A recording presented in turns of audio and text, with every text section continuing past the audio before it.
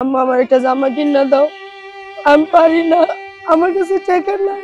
কেউ যদি জামা কাপড় দেয় তাহলে আমার সন্তান আমি পরামু, আর যদি না দেয় তাহলে নাই। আমার সন্তানের জন্য আমি একটা জামা কিনতে পারি না। জন্মের পর থেকেই মা ও সন্তানের বসবাস ফুটপাতে।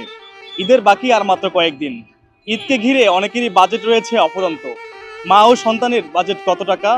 ফুটপাতে বসে কেমনই বা কাটবে তাদের ঈদ? আমি রাস্তায় থাকি, আমার এই যে মেয়ের বয়স 9 বছর, মেয়ের জন্য আমি জামা কাপড় কিনতে পারি না। আমার মেয়ে, আমার সাধ্য নাই, আমি আমার মেয়ের একটা জামা কিনে দিতে পারবো না।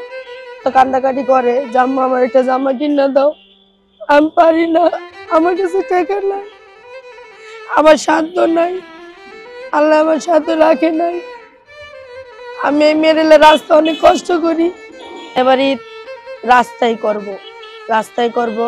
এই ঈদে জামা জুতো অ্যাক্সেসরিজের ডিসকাউন্ট।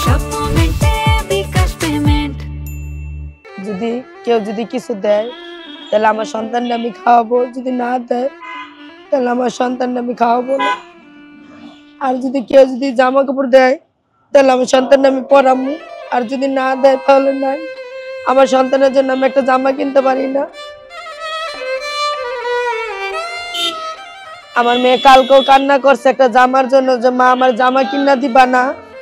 আমি তো পারি না জামা কিনা দিতে, আমার কাছে টাকা নাই। মানুষের সুন্দর সুন্দর কাপড় দেখে সবাই মার্কেট করব, আমার বাচ্চা চেঁচা দেখবো, এখন কি করুম আমি? আমার নাই, আমার সাধ্য নাই, আমার পেটে খাবারই তো জুড়ে না। আমি আমার বাচ্চার আমি কাপড় কোথা থেকে আমি কিনা দেবো?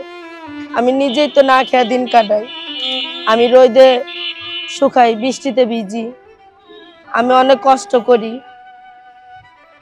আমি আমার এই মেয়েটারে লিয়া, আমার একটা ছেলে একটা মেয়ে, আমি ওদেরকে লিয়ে আমি অনেক কষ্ট করি। আমার মেয়ের বয়স 9 বছর চলে।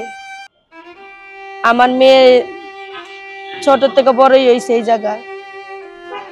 আমার মেয়ে মানুষের দ্বারে যায় টাকা পয়সা চায়, যার মায়া লাগে দেয়, যার মায়া লাগে দেয় না। আমার মেয়ে আমার কালকেও বলছে যে আম্মা আমার একটা জামা কিনা দাও। আমি বলছি যে মা রে, আমার কাছে টাকা নাই। আমার মেয়ে বলছে তাহলে ঠিক আছে, আমি নিউ মার্কেট যাবো, যাইয়া আমি জামা চেয়ে আনবো, চেয়ে আইন না আমি পরবো। ওইটাই আমার ঈদ। আমার সাধ্য নাই, আমি আমার মেয়ের একটা জামা কিনা দিতে পারবো না। আমি বলছি ঠিক আছে মা, তুমি যাও না লগে, আমিও যাবো, কারণ ওই মেয়ে মানুষ, যার মায়া লাগে সে দেয়, যার মায়া লাগে না সে জানোয়ারের মতন ব্যবহার করে, দূর করে, তুচ্ছ মনে করে।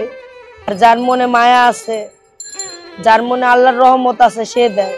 ঈদের পরিকল্পনা, ঈদে খাবো, যে যদি দিয়া যায় আমাদের কেউ কিছু তাহলে খাবো, যদি না দিয়া যায় তাহলে নাই। আমাদের যদি সামর্থ্য থাকতো তাহলে আমরা রাস্তায় থাকতাম? আমরা এত কষ্ট করতাম? তাহলে তো আমরা একটা ছোট্ট একটা বাসা বাড়াইলে আমরা থাকতে পারতাম।